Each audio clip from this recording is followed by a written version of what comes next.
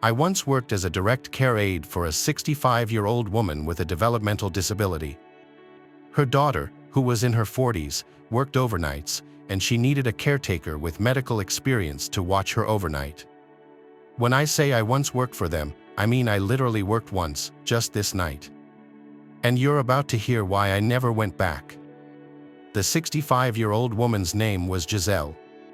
Her daughter's name, who contacted me, was Evelyn. It's possible Evelyn didn't have any other family to watch her and didn't want to or couldn't afford to put Giselle in a nursing home. Or it was possible that she felt more comfortable hiring somebody with some form of experience to watch over her. At the time, I was already a direct care worker for 2 other women who suffered from some forms of developmental disabilities, so I had experience, but nothing prepared me for that night. Evelyn left for work earlier that day. I worked my first job, so I was really pushing my body to exhaustion, trying to make as much money as possible. Evelyn had introduced Giselle and me. Giselle had given me a smile before Evelyn brought her upstairs to her bedroom for the night. It was around 9 p.m. Evelyn told me that Giselle would sometimes walk around the house at night, acting confused, and I'd need to calm her down and bring her back to her room. She specifically addressed this not to be a form of sleepwalking. When I asked, she said it's one of the symptoms of her mother's dementia. I told her to rest assured that I'd know how to handle it. I spent my time initially in the living room, catching up on my show. These jobs aren't super glamorous, and for the most part, it is a lot of sitting around. I heard footsteps from upstairs. I went to the stairway and looked up the stairs, then called Giselle's name, asking if she needed anything. She didn't answer. I heard her footsteps go back to her room, and then the door closed. Maybe she went to the bathroom. I went back to the living room and watched some more TV. It was maybe an hour later that I got up to grab my sandwich that I brought from the fridge. As I left the kitchen with a plate and my sandwich to go back to the couch, I nearly had a heart attack and dropped the plate when I saw Giselle standing at the doorway, glass shattered everywhere. I apologized to her and asked if she was okay. She started yelling at me, "Who are you?" I reminded her who I am, that I'm her direct care worker here to make sure she's okay. Everything she said at this point was in a loud scream, "Why are you here? I don't know you." Things of that nature. I reminded her that we had just met and that her daughter Evelyn hired me to watch her and the house. This seemed to work for long enough for me to get her to come back upstairs with me and to her room. I brought her up a glass of water and some melatonin. I made sure she took both before going back downstairs. After a few hours, I was absolutely exhausted. I had to get a couple of hours of shut-eye. There was a spare bedroom upstairs with a twin-sized bed where Evelyn said I could rest if needed. I felt like at this point, Giselle was asleep for the night from the melatonin. I fell asleep within minutes, but I was asleep for only maybe an hour. I woke up to a sound from downstairs. It was this repeated slamming every 1 to 2 seconds. Something from downstairs was being slammed. I jumped out of the bed. I had left the bedroom door open so that I'd hear anything if Giselle got up, case in point, right here. When I got to the stairs, I realized the slamming was coming from the kitchen. I walked down the stairs as quickly as I could while still remaining quiet. Getting to the bottom, I peered around the opening to the kitchen, and what I saw was like a scene from a scary movie I had seen before. I saw Giselle in the darkness, standing in front of the oven, repeatedly opening it and slamming it shut. It was horrifying. When I say I saw Giselle, I really only saw her silhouette. It was that dark in the kitchen. I said, "Giselle," really loudly. She stopped, turned to her left at me, shut the oven door one final time, and started walking towards me, towards the stairs. I said in a now softer, kind of scared-sounding voice, "Are you okay?" She got close enough to me where I could now see her facial features, and she looked at me with this blank expression, then walked right past me and started walking up the stairs. I followed her upstairs, but as soon as she got to her room, she slammed her door shut. I knocked on the door, saying, "Giselle, are you all right?" She didn't respond. I quietly opened the door just to peek inside, and I saw Giselle at the side of her bed, just standing facing the wall. I've seen a lot, but this was some pretty unsettling behavior that I feel like is the exact kind of stuff you'd see in some scary movies, like I mentioned before. I walked over to her and gently eased her into the bed. When she was lying down, I covered her, and for what I was hoping would be the final time, I said, "Good night, Giselle," and shut her door. I went across the upstairs to the spare room and went back to bed. I purposely tried not to fall asleep for at least half an hour, just in case she'd wake up again, but I don't even know if I made it that long. All I know is I fell asleep pretty freaking quickly. I woke up once again, however, much later. The room was still pitch black, and the 1-hour alarm I set had not yet gone off. I looked around the room, wondering what woke me up. I didn't see what it was until I heard a sound from inside the closet. I then noticed the cracked open closet door and the black shadow of a head peeking out of the closet. Again, I almost had a heart attack. I said, "Giselle." She didn't answer. I kept saying, "Giselle," a bunch of times until she pushed the door open, and I saw her approaching the bed slowly. She started saying what she was saying hours ago again, "Who are you? I don't know you." As she got closer, I tried calming her down, reminding her who I am. I reached for the lamp next to the bed and fumbled with it until it turned on. Giselle was holding a huge kitchen knife in her hand. At this moment, everything changed. Giselle was now a threat to my life, and I had to worry about myself, not her. I screamed at this point, "Giselle, put the knife down." I guess my scream stressed her out because she got closer and started screaming back at me, still repeating, "I don't know you." I wasn't going to attempt to calm down a knife-wielding dementia patient. That was not in any job description. I mapped out a way to run around her in the bedroom, and I went for it. I jumped off the bed on the side further from her, and she screamed again, "Who are you?" She swung the knife at the air as I ran past her. It was a slow and weak swipe from what I saw, but nonetheless, it showed that she had intentions of actually using it. I got downstairs, grabbed my shoes, and went outside. Instead of calling 911, I called Evelyn as she requested I do if there was an issue. I was courteous in doing this because getting law enforcement involved is never doing anyone any favors. Evelyn was yelling into the phone at me not to leave her. Honestly, I yelled back that she attempted to kill me and that I didn't call the police. She had to leave work. Of course, I stayed outside of the house, making sure Giselle didn't go anywhere until Evelyn returned. When Evelyn went inside, Giselle was back in her bed, asleep. Evelyn went as far as accusing me of exaggerating the whole thing until she found the knife next to Giselle's bed. To not give her any more fuel to blame me for any of this, I left out the fact that I ever went to sleep. But that doesn't mean that I felt in any way I did anything wrong. Evelyn even offered me that room to sleep. I never worked in that house again. Giselle was a scarier patient than I'd ever dealt with in any of my jobs in my 9 years of being a direct care aide.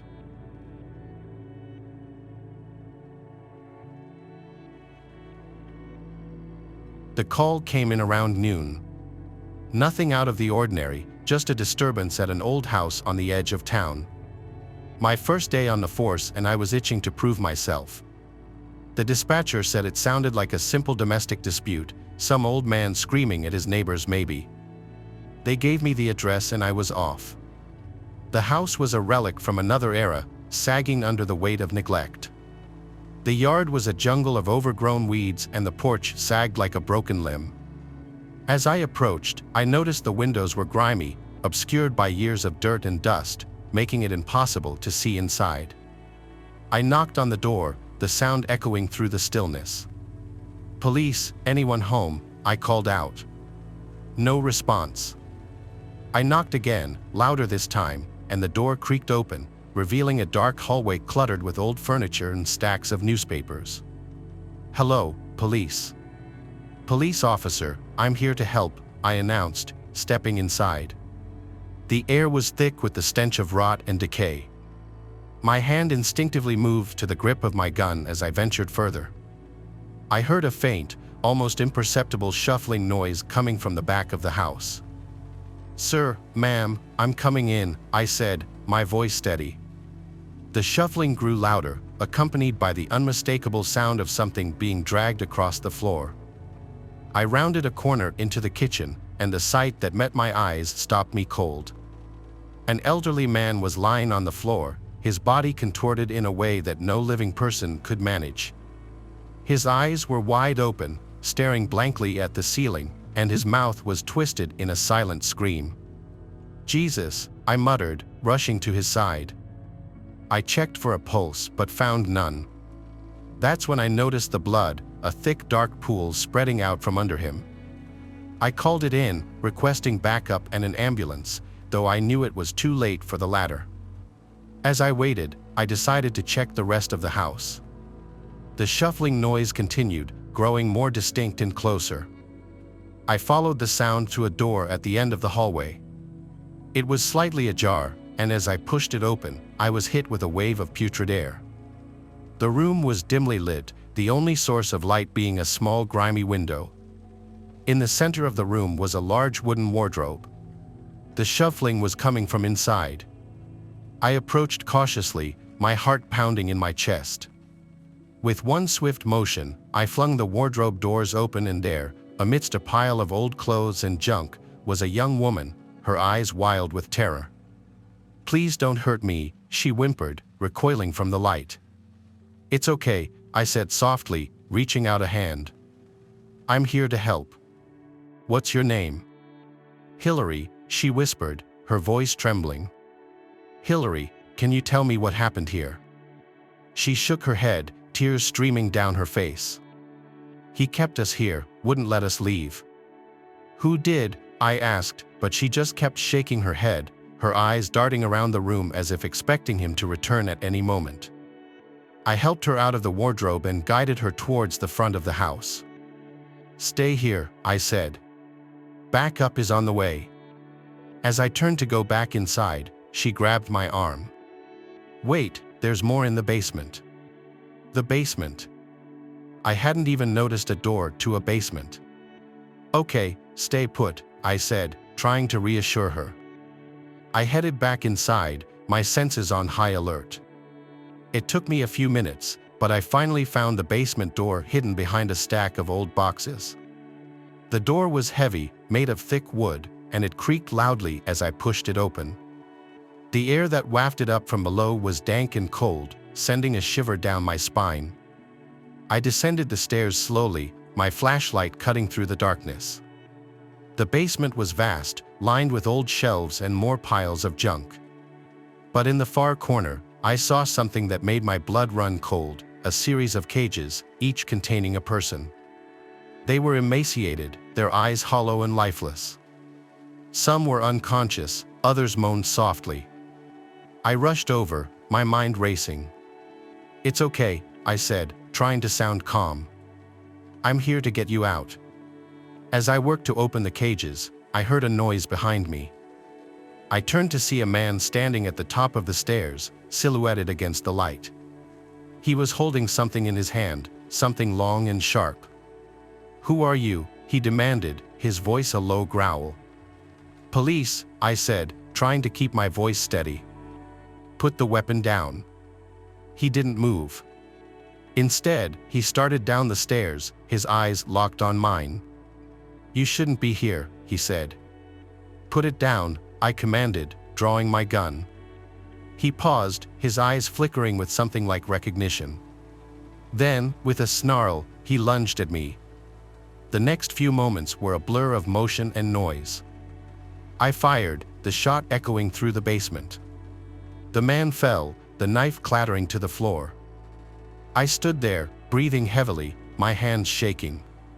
The adrenaline was still pumping through my veins, but I knew I had to keep it together. I finished freeing the captives, and soon the house was swarming with police and paramedics. As they carried the survivors out, one of the detectives approached me. "Hell of a first day, huh?" "Yeah," I said, my voice hollow. "Hell of a first day." In the days that followed, the details of the case came to light. The old man had been a recluse, his descent into madness hidden from the world. He had kept his victims trapped in the basement for years, feeding off their fear and suffering. Hillary, it turned out, had been his first victim. She had been reported missing over a decade ago, and her family had long since given up hope of finding her. She was the one who had managed to escape her cage and find a way to call for help. That first day on the job changed everything. I had wanted to prove myself, and I did, but at what cost? The horrors I had witnessed would stay with me forever, a constant reminder of the darkness that lurked just beneath the surface of everyday life.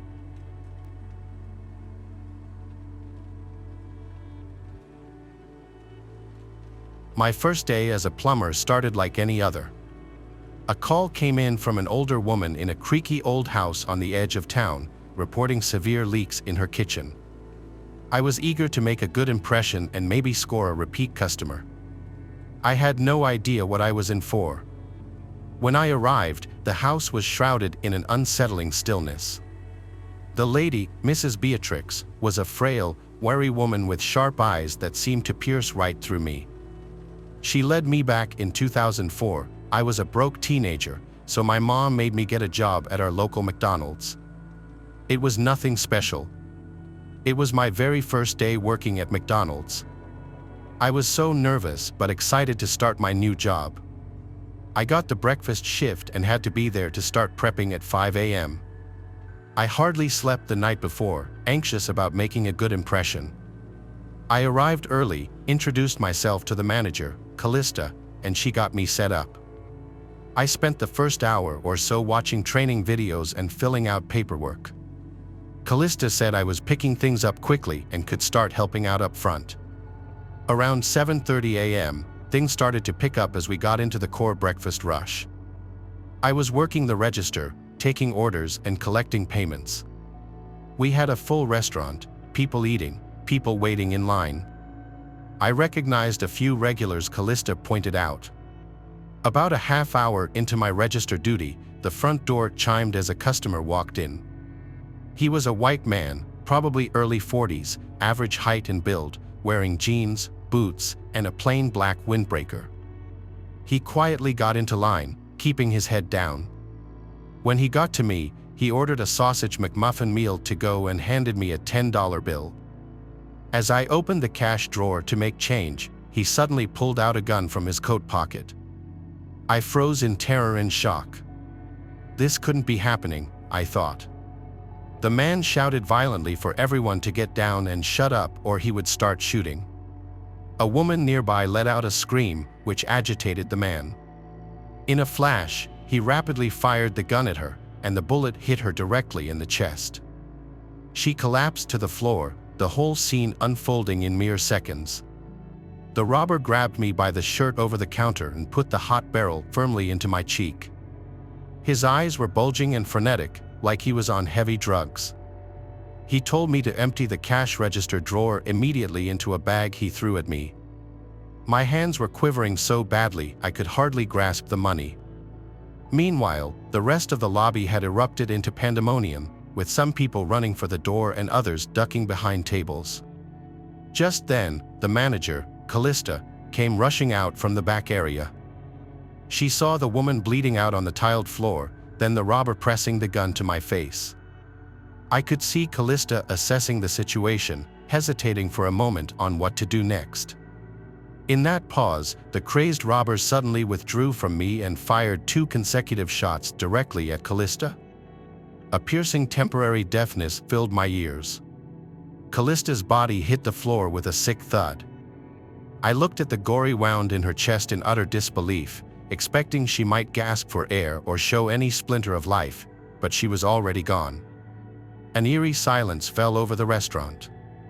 The reality and trauma finally set in for me. I became lightheaded and could feel myself nearly passing out. Through the fog, I could hear police sirens approaching outside. The robber grabbed the bag of cash from the counter where I had dropped it. On his way out, he fired the gun erratically behind him towards anyone standing nearby. I later learned one of those final bullets killed a man who had been waiting quietly for his breakfast order when the madness broke out. The survivor guilt crushed me for weeks, thinking if I had gotten the robber what he wanted faster, that man might be alive. But the trauma counselors told me that was misplaced blame. In the end, 3 people were dead, and I was left emotionally scarred from the events of my first day. The robber was caught the next day trying to skip town. Every time I pass a McDonald's now, everything comes flooding back as if it just happened yesterday. Into the kitchen where water was steadily pooling under the sink, spreading out across the faded linoleum. "Thank you for coming so quickly," she said in a voice that quivered like dry leaves. "It's been like this for days. I've had trouble getting someone out here." I nodded and got to work, sliding under the sink with my flashlight in hand. The smell hit me first, something foul and putrid, far worse than just mold or mildew. The pipes were ancient, corroded, and clearly the source of the leak. As I began to dismantle them, a thick, dark sludge oozed out, filling the air with a nauseating stench. "Looks like you've got some serious blockage here, Mrs. Beatrix," I called out, trying to keep the disgust out of my voice. She didn't respond. When I glanced over my shoulder, she was standing in the doorway, watching me with those unnervingly sharp eyes. I turned back to the pipes, focusing on clearing the obstruction. As I pulled out handfuls of the thick muck, I noticed something odd. Among the sludge were small bones, animal bones, I thought at first, but then I saw what looked like tiny, human-like fingers, complete with nails. A chill ran down my spine, but I kept working, trying to rationalize what I was seeing. Maybe a rat had gotten stuck in the pipes and decomposed, but the fingers, they were too perfect, too intact. As I probed deeper, my flashlight flickered and then went out, plunging me into darkness.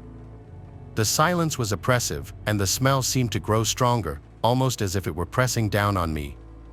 "Mrs. Beatrix," I said, my voice sounding strange and hollow in the confined space. "Do you have another flashlight?" No response. I scrambled out from under the sink, my hands covered in the vile sludge, and found the kitchen empty. Mrs. Beatrix was gone. I fumbled for my phone, using its weak light to navigate the dim room. That's when I saw it, a small wooden door in the corner of the kitchen, slightly ajar, revealing a narrow staircase leading down into the basement. Curiosity and dread battled within me, but the plumber in me needed to know where the pipes led. I pushed open the door and descended the stairs, each creak of the wood echoing ominously. The basement was cold, damp, and filled with the same overpowering stench. My phone's light swept across the room, revealing a scene that made my blood run cold. There were jars, dozens of them, lined up on shelves, filled with murky liquid and what looked like more of those tiny bones. In the center of the room was an old, rusted tub connected to the pipes that ran up into the kitchen. Inside the tub was the source of the blockage, a grotesque, half-decomposed figure, its limbs twisted unnaturally and its face frozen in a grimace of pain. The fingers, they matched the ones I'd found in the pipes. Panic gripped me, and I stumbled back, knocking over one of the jars. It shattered, spilling its foul contents across the floor. I turned to flee, but there, at the top of the stairs, stood Mrs. Beatrix. Her eyes glinted in the dim light, and a twisted smile played on her lips. "You weren't supposed to see this," she said softly, almost kindly. "But now that you have." I didn't wait to hear the rest. I bolted past her, adrenaline fueling my sprint through the house and out the door. I didn't stop until I was safely back in my van, my heart pounding and my mind racing. I reported what I'd seen to the authorities, but when they arrived, the house was empty. The jar, the body in the tub, everything was gone. Mrs. Beatrix had vanished without a trace. That was my first and last day as a plumber. The memory of those tiny fingers in the pipe still haunts me, and I can't shake the feeling that Mrs. Beatrix is still out there, watching, waiting for the next unsuspecting soul to stumble into her web.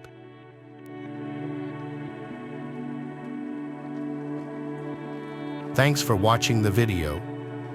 Subscribe to the channel and turn on notifications to watch the latest videos.